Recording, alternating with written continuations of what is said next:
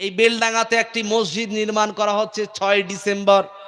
মসজিদটি হলো, নাম কি? বাবরি মসজিদ নাম রাখা হচ্ছে। আমি আপনাকে বলতে চাইছিলাম, বাবরি মসজিদের সঙ্গে মুসলমানদের একটা বিশাল ধর্মের আবেগ, এর টান আছে, মহাব্বত আছে।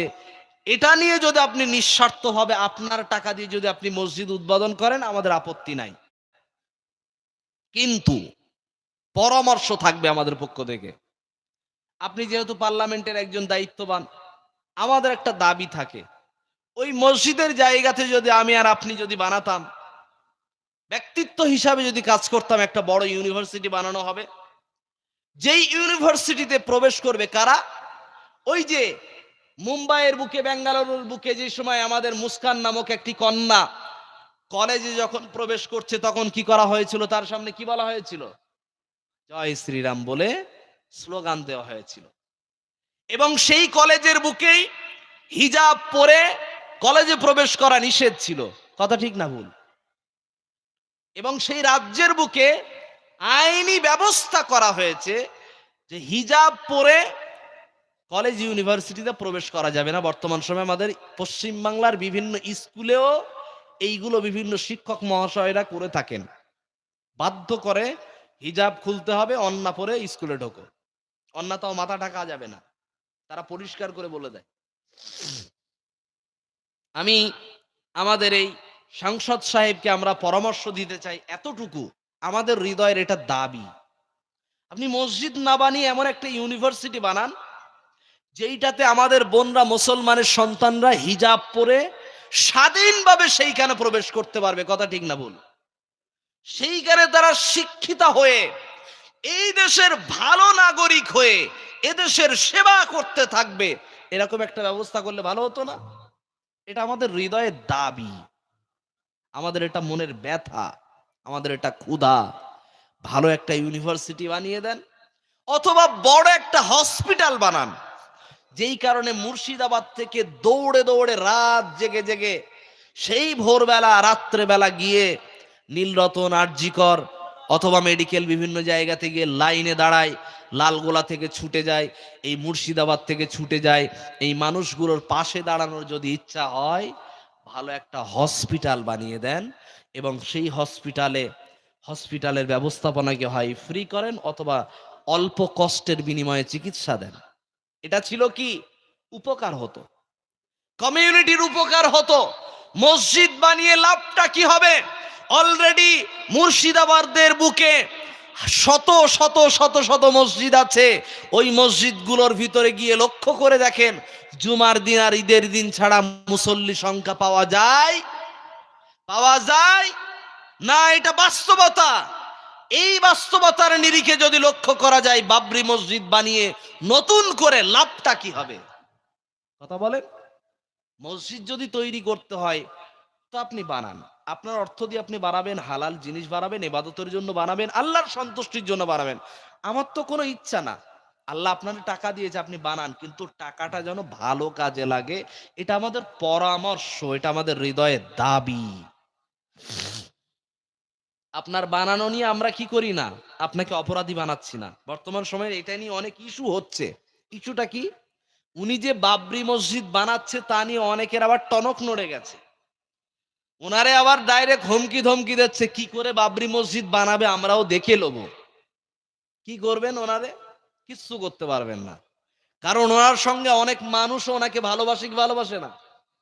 প্রচুর মানুষ ওনার ভক্ত আছে, অনেক ভালোবাসার মানুষ আছে। বলতে চাইছিলাম, মসজিদ বানান বা দেশের ভিতরে দীঘাতে মন্দির বানান, অথবা নিউ টাউনে নতুন করে মসজিদ বানানোর পরিকল্পনা করছেন, যেখানে বানানোর প্রয়োজন নাই তারপরেও বানাবেন বলছেন, তো বানান।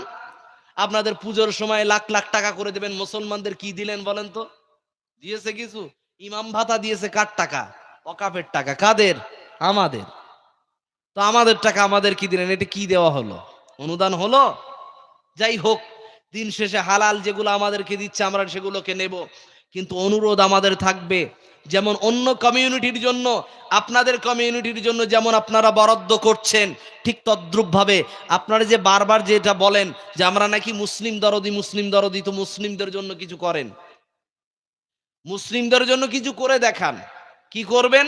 আমরা মসজিদ চাই না আপনাদের কাছে, আমরা আপনাদের কাছে নতুন করে কোন রকম ভাবে মাদ্রাসা যাচ্ছি না। যেই মাদ্রাসাগুলোকে আপনারা স্যাংশন দিয়েছেন ওই মাদ্রাসার শিক্ষকদের 11 মাসের বেতন বাকি আছে, ওই মাদ্রাসার শিক্ষকদের বেতনটা দেন। মাদ্রাসার সিনিয়র মাদ্রাসা, হাই মাদ্রাসার শিক্ষকদের যেটুকু বেতন বাকি আছে ওই বেতনগুলো দেন। আর যেই চাকরিজীবী সন্তানগুলো উপযুক্তভাবে চাকরি পাওয়ার যোগ্য ছিল, যারা ধর্না ধরে বসে আছে, অন্বেষণে আছে, যারা আন্দোলনে রপ্ত আছে, তাদেরকে চাকরি দিয়ে তাদেরকে সান্ত্বনা দেন। আমাদের নতুন করে ভিক্ষা দিতে হবে না, লক্ষ্মীর ভান্ডার লাগবে না। দেশের ভিতরে যে মালের দাম বৃদ্ধি হয়ে আছে, মালের দামগুলো কমান, এটা আমাদের হৃদয়ের দাবি। আমরা দাবি করতেই পারি, আমরা দেশের জনগণ। দুবাইয়ে যান, সেখানে কোনো জিনিসেই ট্যাক্স নাই, সব ফ্রি। আর এখানে আল্লাহু আকবার, একটা কলম কিনতে গেলেও ট্যাক্স লাগে, কাফনের কাপড় কিনতে গেলেও ট্যাক্স লাগে। হিন্দু মরে গিয়েও শান্তি নাই, ও যে শ্মশানে যাবে গিয়ে যে পুড়বে, শান্তিভাবে যে পুড়বে, ওই কাঠের ভিতরেও ট্যাক্স লাগানো আছে। কোন জায়গায় শান্তি আছে? রাস্তায় চলতে গেলে, বাইক কেনার সময়ও ট্যাক্স দিতে হচ্ছে, তেলেও ট্যাক্স দিতে হচ্ছে। আর তেল তো দিচ্ছে, সেই তেলে আবার কি ইথানল ইথানল ভেজাল মারা আছে, যেই ইথানল সম্পর্কে আমাদের কোনো ধারণাই ছিল না। পেট্রোলের ভিতরে নতুন করে ভেজাল মেরেছে কি ইথানল। আগে দোকানদারদেরকে আমরা বলতাম, এই পেট্রোলের ভিতর কেরোসিন মারোনি তো? যদি কেরোসিনের গন্ধ একটু পেতাম, এই তোমার তেল আর নেওয়া যাবে না, বলতাম না? বলতাম। কিন্তু বর্তমান সময়ে ডাইরেক্ট ওইখান থেকে, ওই গোড়া থেকে কি করে দেওয়া হচ্ছে, লে তুই ভেজাল নিবি না মানে নিতে হবে তোরে, আপনি আমি জানতেও পারি না। যেই বাইক চলার কথা এক 1 লিটার তেল ভরলে 50 কিলোমিটার, সেই বাইক 35 কিলোমিটারও যায় না। এর নাম ইথানলের নাকি ব্যবস্থাপনা চালু করা হয়েছে। করুক, যদি উপকার হয় জনগণের, দেশের যদি উপকার হয়, জনগণকে শোষণ করে, তাহলে করেন, সমস্যা নাই, আপনারাই তো করবেন। একজন আমাদের আলিয়া ইউনিভার্সিটির একজন ছাত্রকে জিজ্ঞাসা করা হচ্ছে সমস্ত ছাত্রদের সামনে যে তোমরা কি হতে চাও? এক একজন এক এক রকম উত্তর দিয়েছে। আমার এক বন্ধু, সেও MA ক্লাসে পড়ে, তো সেও উত্তর দিচ্ছে, স্যার আমি চাওয়ালা হব। বলছে MA পাশ করে তুই চাওয়ালা হবি? প্রফেসর জিজ্ঞাসা করছে, তুই চাওয়ালা হবি কেন? বলছে চাওয়ালা হওয়ার পরে দেশের যদি এত সম্পদ বিক্রি করতে পারে, তাহলে বাকি যেইগুলো বিক্রি করা বাকি আছে, আমি চাওয়ালা হয়ে না হয় ওইগুলো আর বিক্রি করতে বাকি রাখবো কেন, আমিও করে দেবো। কথা বুঝতে পারেননি? তো চাওয়ালা হয়ে যদি এত কিছু করতে পারে, তো আমি MA পাস করে আর কি করব? অন্য কাজ করার দরকার নেই, চাওয়ালাই হওয়াটাই ভালো। দেশের নেতারা বলছে চপ পেঁয়াজি ভাজো। নেতারা কি বলে? বলছে কাজ করতে পারছো না তো কি হয়েছে, চপ পেঁয়াজির দোকান দাও। বাহ, ভালো পরামর্শ, মারাত্মক। এটাকেই বলে স্কিল ডেভেলপমেন্ট, তাই না? এইটাকেই বলে যে আপনাদের সুন্দর ব্যবস্থাপনা। প্রচুর স্কুল আছে পশ্চিম বাংলার বুকে, যে স্কুলগুলোতে মাস্টার শূন্য হয়ে গেছে, স্কুলে শিক্ষক নাই, বলছে শিক্ষকের প্রয়োজন নাই। নাউজুবিল্লাহ, কি কথা বলেন? দেশের ভিতরে শিক্ষার ব্যবস্থাপনা বাড়াতে হবে, শিক্ষকদের বেতন বাড়াতে হবে, ছাত্র ছাত্রীদের খাদ্যের ব্যবস্থাপনা ভালো রাখতে হবে। সেখানে ভেজালে ভরপুর হয়ে গেছে, নাগরিকদের ভিতরে দুর্নীতিতে ভরপুর হয়ে গেছে।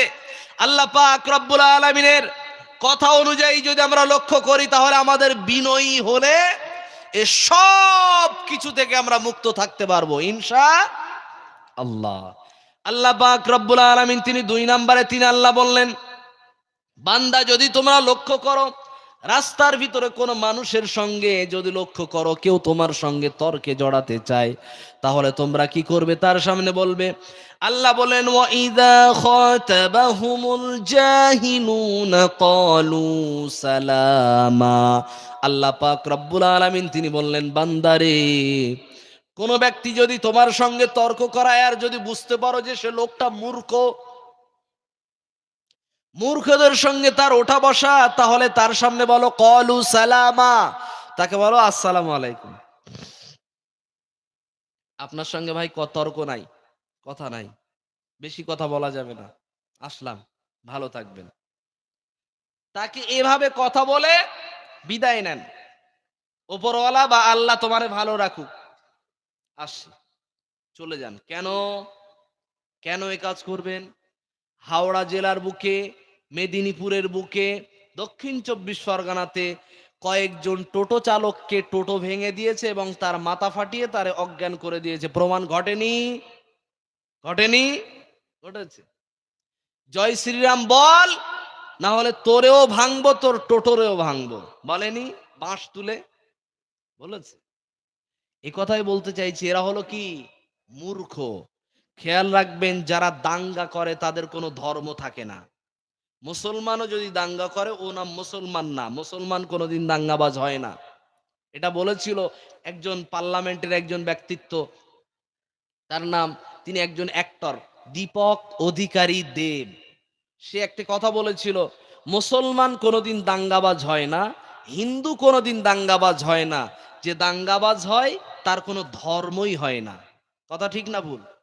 কথাটা ঠিক বলেছে।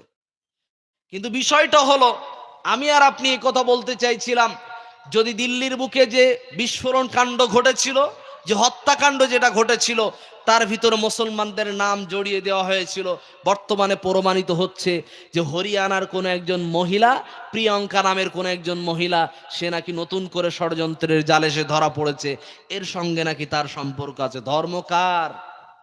ও ধর্ম তোমাদের। যদি বলেন মহাত্মা গান্ধীকে হত্যা করেছিল কে, ও ধর্মের লোকটা কে, ওটা তোমাদের, ও লোকটা আমাদের না।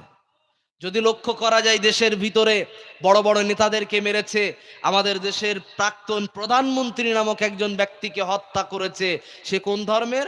ও তোমাদের ধর্মের লোক। আমাদের কেউ, মুসলমানদের কেউ ছিল না। এ কথা বলতে গিয়ে আমি কিন্তু এ কথা বলিনি যে এই কাজগুলো মুসলমানরা করেনি বা হিন্দুরা করেছে, এটা উদ্দেশ্য না। উদ্দেশ্য হলো মুসলমানদের নামে বারবার বারবার বলা হয়, তোরা জেহাদি, তোরা দাঙ্গাবাজ, তোরা দাঙ্গাবাজ। মুসলমানরা দাঙ্গা করে, প্রমাণ দেখান।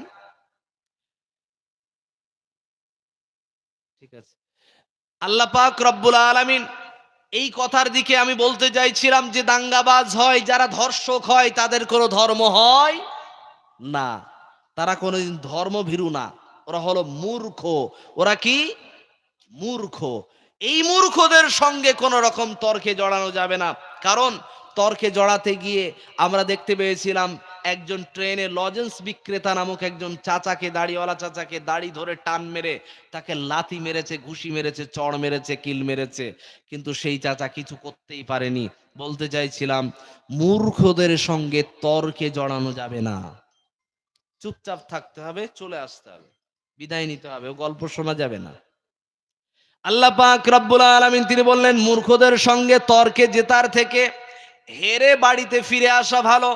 কোন রকম তাদের সঙ্গে তর্কে জড়ানোর দরকার নাই। আল্লাহ পাক রব্বুল আলামিন তিনি বললেন, এটা হলো ভালো নাগরিক, ভালো মানুষের একটা পরিচয়। অতএব যতটুকু কথা শুনলাম, বিনয়ী হতে গেলে সৎ সন্তান হওয়া লাগবে, এবং আমরা যদি দেশের ভালো নাগরিক হতে চাই তাহলে সৎ মানুষ হওয়া লাগবে, তর্ক কম করা লাগবে, মূর্খ মানুষদের সঙ্গে তর্কে জড়ানো যাবে না। এবং ভালো দেশের নাগরিক হতে গেলে, ভালো মানুষ হতে গেলে আমাকে আপনাকে মা বাবার অনুসারী হওয়া লাগবে, মা বাবার সামনে বিনয়ী সন্তান হওয়া লাগবে, সৎ সন্তান হওয়া লাগবে। আল্লাহ পাক রব্বুল আলামিন আমাদের সকলকে যেন তৌফিক দান, পড়ি আমিন। আমরা যতটুকু শুনলাম এবং যতটুকু বললাম, প্রতিটা কথাকে সমাজ পরিবর্তনের জন্য, পরিবর্তনের নিয়তে কথা বলেছি।